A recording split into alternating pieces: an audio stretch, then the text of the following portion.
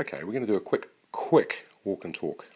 My camera, the original video camera, has shit itself, but I'm off overseas shortly. I'm going to buy a new one, and then I can make better quality videos. I'm not making many YouTube videos because I can't be bothered.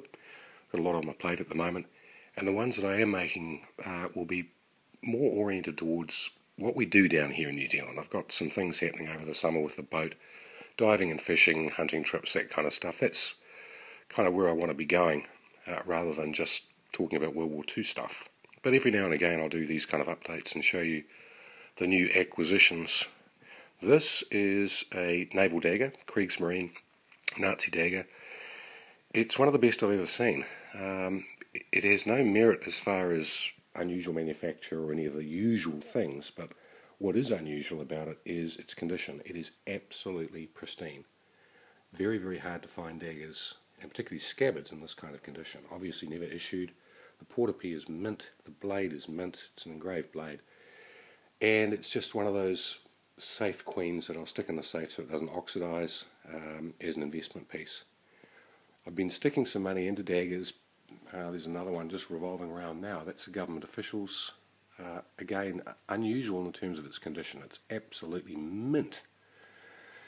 And the daggers are just a safer bet than firearms. I am going to be divesting myself of some of the firearms collection, but particularly the crew serve weapons.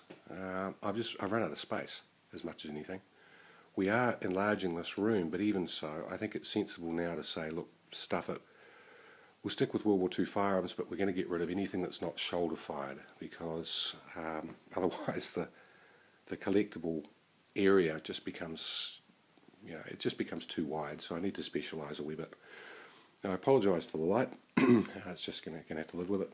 I just wanted to show you a couple of things that have come in recently, and let you know what we're going to be getting up to in America in a couple of weeks. It's coming up soon. I have been putting quite a bit of money and time into military uniform items, particularly. As I say, it's a hedge against the possibility that one day they're going to change the laws on us and start banning all these fun toys, which I have at the moment, and I could take a huge financial hit. So I'm just boxing clever a wee bit in terms of what I'm going to sink money into. So it's stuff like the Afrika Korps setup, Afrika Korps gear, German Fallschirmjäger, a little bit of SS, but not uniform items because they're just too damn easily faked. So it's kind of standard German Army, not doing the Air Force or Navy, it's just German Army. And there's a few new things you might have seen before. That's a new acquisition. Officers' boots and Waffenfrock. I think it's cavalry, the shoulder coloration, the yellow. It's either cavalry or SIGs, veteran of the First World War, with the clasp for the Iron Cross second class. He's won in the Second World War, German Cross and Gold, Iron Cross first class wound badge. Just a nice setup. And being a parochial New Zealander, I also found both service dress and battle dress from a New Zealand officer from 23 Battalion, one of the South Island infantry battalions, and I've managed to get his whole set of gear. So that's kind of where I'm going. That Lewis gun, I'm looking at selling that. I think the time has come for it to go. So what started off as a collection that was pretty much solely dedicated towards infantry small arms is going to have to change. I'm just so paranoid about what's happening in the United States and waiting for the day where some usually crunching bedwetter decides that they don't like firearms and these sorts of firearms in private ownership, and they want to do what everybody else has done, which is ban and deactivate. So I just got to be a little bit cautious. Now Joe and I are off to Oklahoma soon. I'd rather not say exactly when, but it's not very far away. We're going up to the United States Shooting Academy in Tulsa. I'll be swinging off the end of a Scar Heavy in 7.62 for 4 days. Joe's going to be learning about AR-15 because she hasn't done any rifle shooting before. In addition to which she's going to be refreshing on the Glock 17.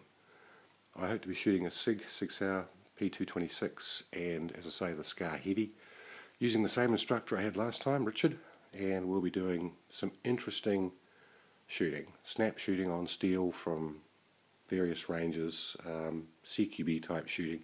Now all that stuff for me, it's just fun, okay? I'm not a prepper, I'm not a bloody weekend warrior, it's just fun.